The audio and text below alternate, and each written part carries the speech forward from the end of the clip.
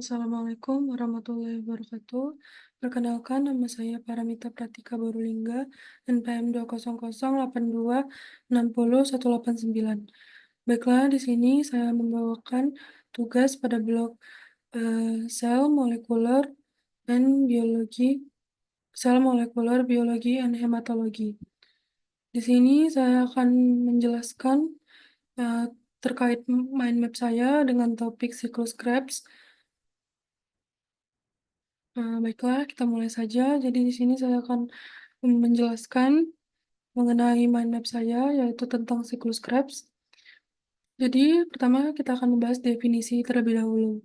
Nah, jadi apa sih siklus Krebs itu? Siklus Krebs ini merupakan siklus asam sitrat yang dimana di dalamnya terdapat serangkaian reaksi kimia yang terjadi di dalam mitokondria sel eukariotik.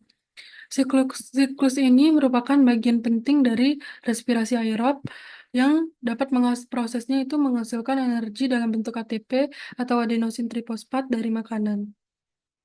Lalu apa saja fungsi-fungsi siklus Krebs?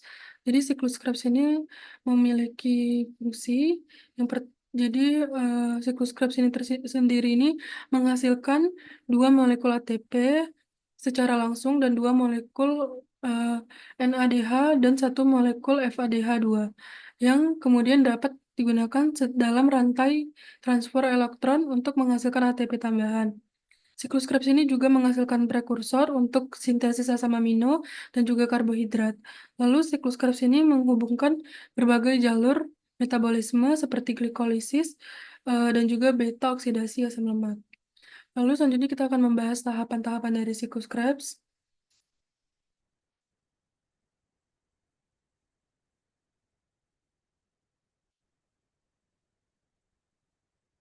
Jadi siklus Krebs ini memiliki beberapa tahapan.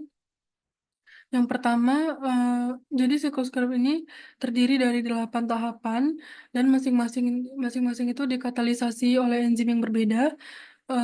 Jadi yang pertama itu ada tahap kondensasi, di mana tahap ini tuh asetil-CoA-nya bergabung dengan oksaloasetat untuk membentuk asam sitrat. Lalu kemudian tahapan kedua itu isomerisasi, di mana asam sitrat itu diubah menjadi isositrat. Lalu tahapan ketiganya itu dehidrogenasi, di mana di sini isositrat itu dioksidasi menjadi alfa ketoglutarat dan menghasilkan NADH. Lalu kemudian tahapan yang keempat itu ada dekarboksilasi oksidatif, di mana di sini alfa ketoglutarat ini diubah menjadi suksinat, kemudian dia menghasilkan CO2 dan NADH. Lalu kemudian tahapan kelima terjadi tahapan dehidrogenasi, di mana di sini di tahapan ini suksinat ini dioksidasi menjadi fumarat dan menghasilkan eh, F dan menghasilkan FADH2. Lalu selanjutnya ada tahapan hidrasi, di mana di tahapan hidrasi ini fumarat itu diubah menjadi malat.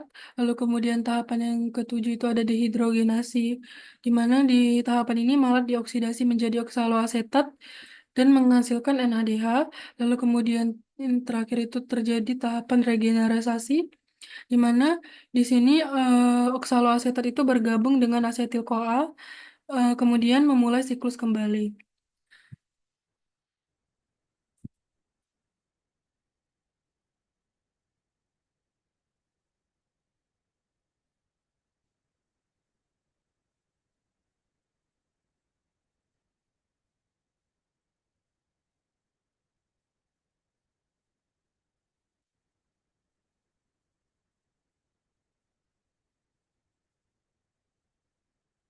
Nah, lalu kemudian kita akan membahas lokasi lokasi dari siklus Krebs. Jadi siklus Krebs ini terjadi di dalam matriks mitokondria, di mana mitokondria ini adalah organel seluler yang dikenal sebagai pusat kekuatan.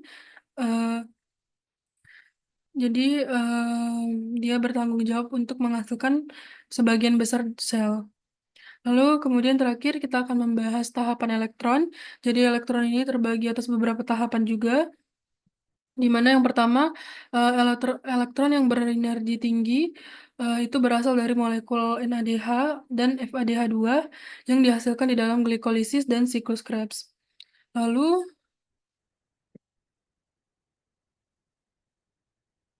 eee, lalu kemudian, eee, selanjutnya ada tahapan rantai transfer, di mana di rantai transfer ini elektron-elektron, elektron-elektronnya ini mengalir, melalui serangkaian protein kompleks.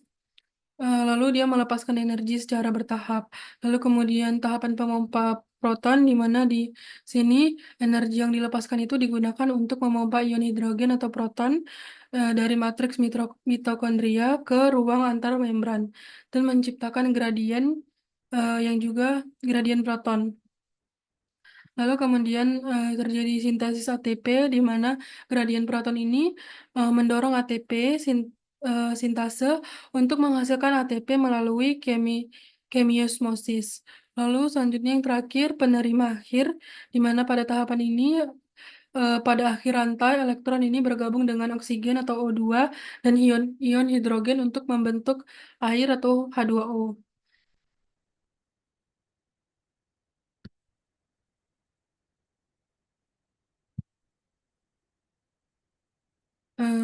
Baik, mungkin itu saja yang bisa saya sampaikan. Berikut merupakan, penjelasan saya terkait mind map saya yang berjudul Siklus Krebs. Eee, Lalu di sini terdapat referensi yang saya gunakan untuk melengkapi, mind map saya. Baiklah, lebih kurangnya saya mohon maaf. Terima kasih kepada teman-teman yang sudah menonton, video penjelasan saya. Baiklah, kita akhiri. Wassalamualaikum warahmatullahi wabarakatuh.